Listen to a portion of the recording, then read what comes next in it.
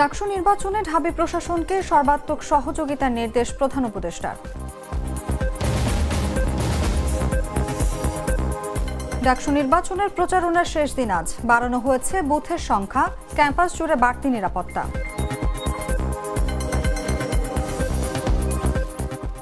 ভোটের পরিবেশ শতভাগ অনুকূলে বললেন ইসি আনোয়ারুল ইসলাম।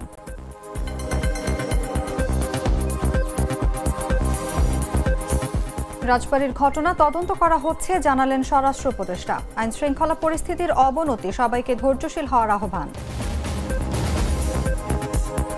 এবং প্রথমবারের মতো ইউক্রেনের প্রধান সরকারি ভবনে হামলা চালালো রাশিয়া। পুতিনের মস্কোয় বৈঠকের প্রস্তাব প্রত্যাখ্যান জেলেনস্কি।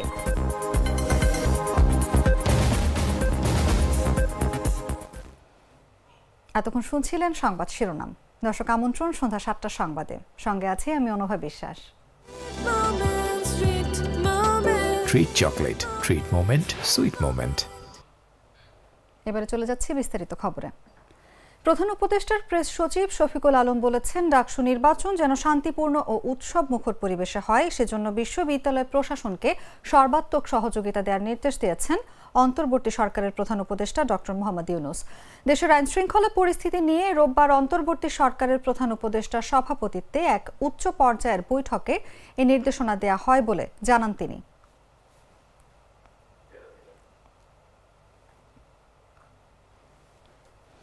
এদিকে ঢাকা বিশ্ববিদ্যালয় ডাকসু ও হল সংসদ নির্বাচন সামনে রেখে ক্যাম্পাসে বইছে নির্বাচনী উত্তাপ। শেষ দিনে প্রার্থীরা ভোটারদের দাঁড়ে দাঁড়ে ছুটছেন, প্রতিশ্রুতি ও কর্মপরিকল্পনা জানাচ্ছেন। শুরুতে ৭১০টি বুথ নির্ধারণ করা হয়েছিল, তবে দ্বিতীয় দফায় তা বেড়ে ৮১০টি হয়েছে।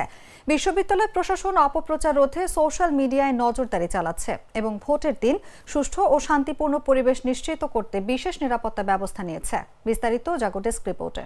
ক্যাম্পাস জুড়ে নির্বাচনী উৎসবের আমেজ, সবকিছুই ডাকসু নির্বাচনকে ঘিরে। রোববার শেষ দিন প্রচারণায়, তাই প্রার্থীরা দৌড়ঝাঁপ বাড়িয়ে দিয়েছেন ভোটার টানতে। উত্তাপ ছড়াচ্ছে ছাত্র রাজনীতির এই মহাযজ্ঞ। বিশ্ববিদ্যালয় কর্তৃপক্ষের নির্দেশনা অনুযায়ী রোববার রাত 10টা পর্যন্ত শেষ দিনের প্রচারণা চালাতে পারবেন প্রার্থীরা। শেষ মুহূর্তে প্রার্থীরা ছুটছেন ভোটারদের দাঁড়ে দাঁড়ে, জানাচ্ছেন প্রতিশ্রুতি আর নানা কর্মপরিকল্পনা।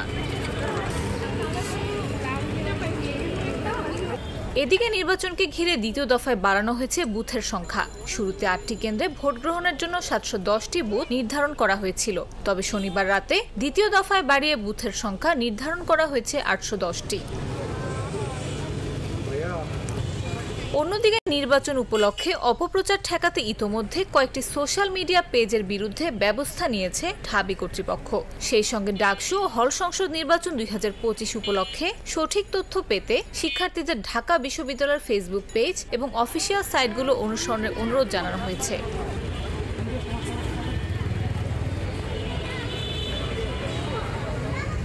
আর একদিন পর অর্থাৎ 9 সেপ্টেম্বর অনুষ্ঠিত হতে যাচ্ছে ঢাকা বিশ্ববিদ্যালয় কেন্দ্রীয় ছাত্র সংসদ ও হল সংসদ নির্বাচন।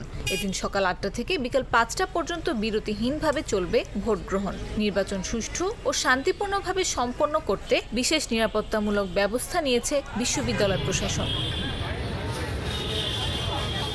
নির্বাচনকে কেন্দ্র করে 8 সেপ্টেম্বর রাত 8টা থেকে ক্যাম্পাসের সব প্রবেশপথ সাধারণ মানুষের জন্য বন্ধ থাকবে। অর্থাৎ 10 সেপ্টেম্বর সকাল 6টা পর্যন্ত Shahbag, Doel Chattar, Palashi, Shibbari crossing, Fuller road, Udayan school ও নীলক্ষেত প্রবেশপথ দিয়ে সর্বসাধারণের কেউ প্রবেশ করতে পারবে না। তবে ঢাকা বিশ্ববিদ্যালয়ের বৈধ আইডি কার্ডধারী শিক্ষার্থী, শিক্ষক, কর্মকর্তা ও কর্মচারীরা প্রবেশ করতে পারবেন। এছাড়া তাদের পরিবারের সদস্যরা পরিচয়পত্রের ফটোকপি প্রদর্শন করে প্রবেশ করতে পারবেন। নির্বাচন কমিশনার আনোয়ারুল ইসলাম বলেছেন, আসন্ন জাতীয় সংসদ নির্বাচন ঘিরে দেশে এখন পর্যন্ত ভোটের পরিবেশ শতভাগ অনুকূলে রয়েছে। রোববার দুপুরে রাজধানীতে সাংবাদিকদের এক প্রশ্নের জবাবে তিনি এই মন্তব্য করেন। ভোটার সংখ্যার ভিত্তিতে সব টপ র্যাঙ্কিং এ ছিল গাজীপুর, বটম র্যাঙ্কিং এ ছিল বাকি। এই র্যাঙ্কিং এ দেখা গেছে যে একটা কমালেও তাদের যে এভারেজ যে ভোটার সংখ্যা সেটা আমাদের এভারেজের নিচেই।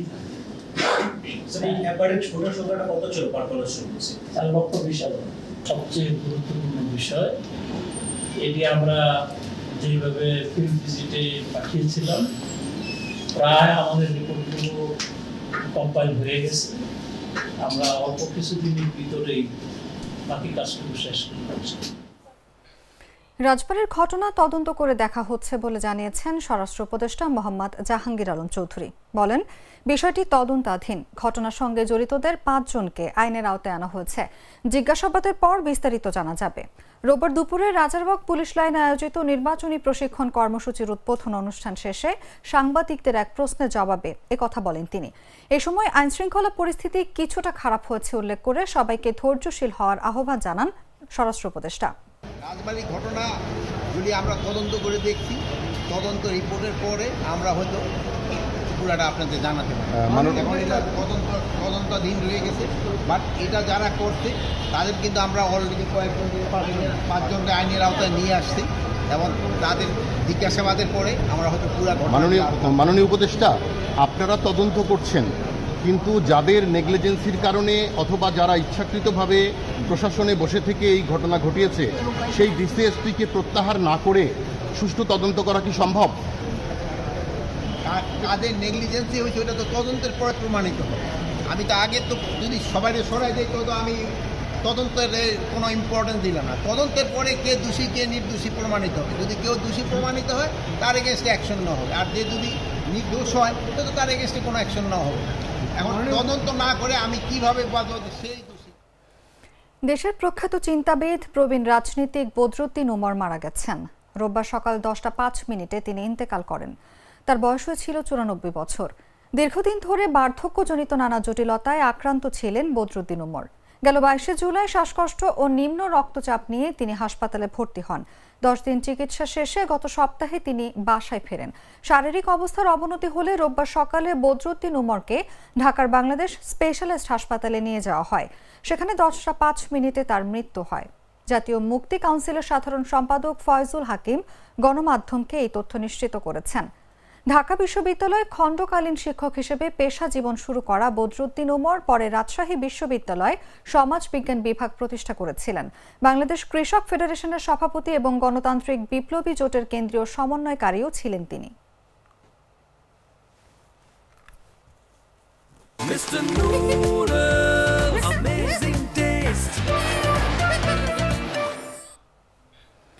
কৃষক শ্রমিক জনতা লীগের প্রতিষ্ঠাতা সভাপতি বঙ্গবীর কাদের সিদ্দিকী বলেছেন, তার বাড়ি ভেঙে যদি দেশে শান্তি স্থাপন হয়, দেশের কল্যাণ হয়, তিনি সবসময় রাজি। এ ঘটনায় মামলা করবেন বলেও জানিয়েছেন তিনি। রোববার দুপুর 12:30 টাঙ্গাইল সদরের আকুর টাকুর পাড়ায় তার বাসভবনে হামলা ও ভাঙচুরের বিষয়ে সংবাদ সম্মেলনে এসব কথা বলেন তিনি। এর আগে শনিবার গভীর রাতে টাঙ্গাইল শহরের নিজ বাসভবনে এই ঘটনা ঘটে। এ সময় কাদের সিদ্দিকীর 2টি গাড়ি ভাঙচুর করা হয়। চেষ্টা করবেন, ঢিল ছুঁড়েছে, গাড়ি ভেঙেছে। কুঠা বিরোধী আন্দোলন, বৈষম্য বিরোধী আন্দোলনের পরে আমরা এই স্বৈরাচারী মনোভাব আশা করি নাই। আওয়ামী লীগ যদি স্বৈরশাসক হয় তাহলে আজকের অ্যাক্টিভিটিস, কর্মকাণ্ড, তাকে আমরা কি বলে অভিহিত করব? শেখ হাসিনার সঙ্গে আমার দীর্ঘ 26 বছর আমরা নতুন দল করেছি, রাত দিন সংগ্রাম করেছি। আওয়ামী লীগ আমাদেরকে বহু প্রোগ্রাম করতে দেয় নাই। স্বাধীনতার দোসর না আওয়ামী লীগের দোসর বানানো হয়, তাহলে তো আমি মনে করব বৈষম্য বিরোধী আন্দোলনকে ব্যর্থ করার জন্য, ধ্বংস করার জন্য এ কোনো ষড়যন্ত্র কিনা। বঙ্গবন্ধুর 32-এর বাড়িতে যখন গিয়েছিলাম আমার গাড়ি ভেঙেছিল। আরো ভেঙে যদি দেশে শান্তি স্থাপিত হয়, দেশের কল্যাণ হয়। আজ রাতে হবে এই বছরের শেষ পূর্ণগ্রাস চন্দ্রগ্রহণ। বাংলাদেশ থেকেও খালি চোখে দেখা যাবে এই মহাজাগতিক দৃশ্য। রাত 9:28 শুরু হয়ে ভোর পর্যন্ত চলবে গ্রহণ। মোট স্থায়িত্ব 7 ঘন্টা 27 মিনিট। এ বছরের শেষ চন্দ্রগ্রহণ হবে আজ রোববার। এদিন পূর্ণগ্রাস চন্দ্রগ্রহণ হবে। আকাশ মেঘমুক্ত থাকলে বাংলাদেশ থেকেও এই চন্দ্রগ্রহণ দেখা যাবে।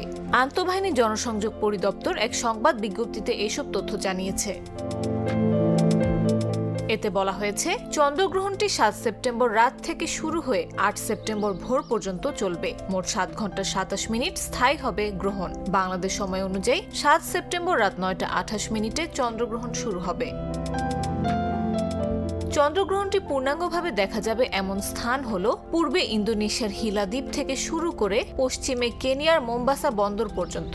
এই দুই প্রান্তের কিছুটা পূর্ব পশ্চিমেও আংশিক গ্রহণ দেখা যাবে। তবে উত্তর আমেরিকা, ক্যারিবীয় অঞ্চল ও দক্ষিণ আমেরিকার প্রায় 90% এলাকা থেকে এটি দেখা যাবে না। যখন সূর্য, পৃথিবী ও চাঁদ একই সরলরেখায় অবস্থান করে এবং পৃথিবী সূর্য ও চাঁদের মাঝখানে চলে আসে, তখন পৃথিবীর ছায়া চাঁদের উপর পড়ে। এর ফলে চন্দ্রগ্রহণ হয়। তবে একই সরলরেখায় অবস্থান করলেও এদের মধ্যে থাকা কৌণিক দূরত্বের উপর নির্ভর করে গ্রহণ পূর্ণগ্রাস হবে নাকি খণ্ডগ্রাস। গ্লিটারের টুইন লেমন ও অ্যান্টিব্যাকটেরিয়াল ফর্মুলা বাসনকে চকচকে জীবাণুমুক্ত করে আমাদের দেয় গ্লিটার গ্যারান্টি। জানাবো আন্তর্জাতিক সংবাদ।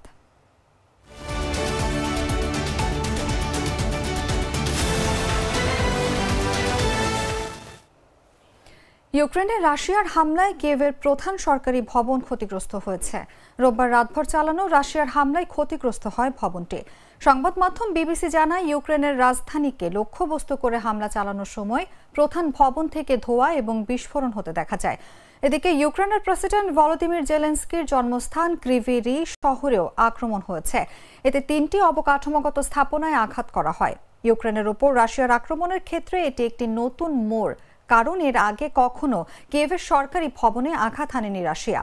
এছাড়া রাশিয়ান ক্ষেপণাস্ত্র এবং ড্রোনগুলো শহরের কেন্দ্রস্থলে আঘাত করা খুবই বিরল, কারণ এই অঞ্চলে বিমান প্রতিরক্ষা ব্যবস্থা রয়েছে।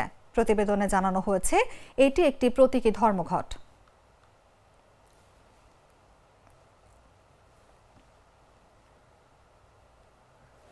রুশ প্রেসিডেন্ট ভ্লাদিমির পুতিনের মস্কোয় বৈঠকের প্রস্তাব প্রত্যাখ্যান করেছেন ইউক্রেনের প্রেসিডেন্ট ভলোদিমির জেলেনস্কি। তিনি বলেছেন, বৈঠকের জন্য এমন অবাস্তব জায়গা বেছে নেওয়া আসলে রাশিয়ার আন্তরিকতার অভাবকেই প্রমাণ করছে। মার্কিন গণমাধ্যমকে দেওয়া সাক্ষাৎকারে জেলেনস্কি বলেন, এই সন্ত্রাসের রাজধানীতে যেতে পারেন না তিনি।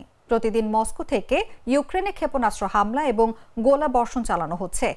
ইউরো নিউজের এক প্রতিবেদনে বলা হয়েছে, তিনি স্পষ্ট করে জানিয়েছেন পুতিন চাইলে কিয়েভে আসতে পারেন।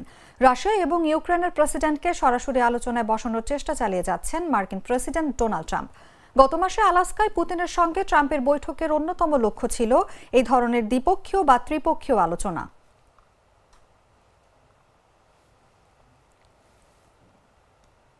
সংবাদ শেষ করব খেলার খবর জানিয়ে।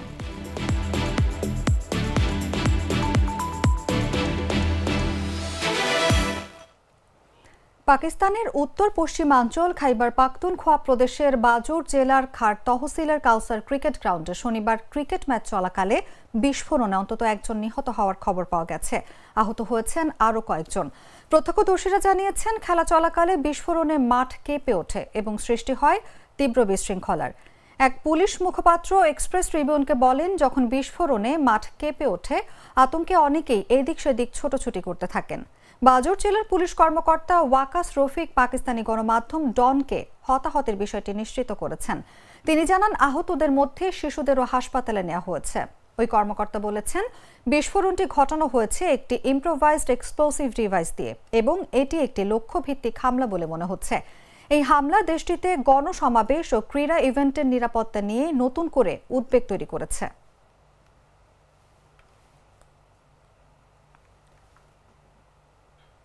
সংবাদ শেষ করার আগে শিরোনামগুলো জানিয়ে দিচ্ছি আরেকবার।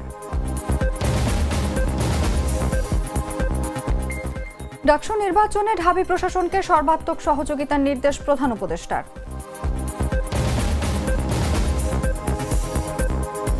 ডাকসু নির্বাচনের প্রচারণার শেষ দিন আজ, বাড়ানো হয়েছে বুথের সংখ্যা, ক্যাম্পাস জুড়ে বাড়তি নিরাপত্তা।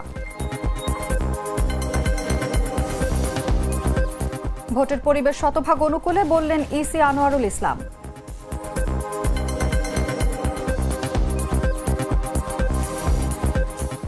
রাজবাড়ীর ঘটনা তদন্ত করা হচ্ছে জানালেন স্বরাষ্ট্র উপদেষ্টা। আইন শৃঙ্খলা পরিস্থিতির অবনতি, সবাইকে ধৈর্যশীল হওয়ার আহ্বান। এবং প্রথমবারের মতো ইউক্রেনের প্রধান সরকারি ভবনে হামলা চালালো রাশিয়া। পুতিনের মস্কোয় বৈঠকের প্রস্তাব প্রত্যাখ্যান জেলেনস্কির।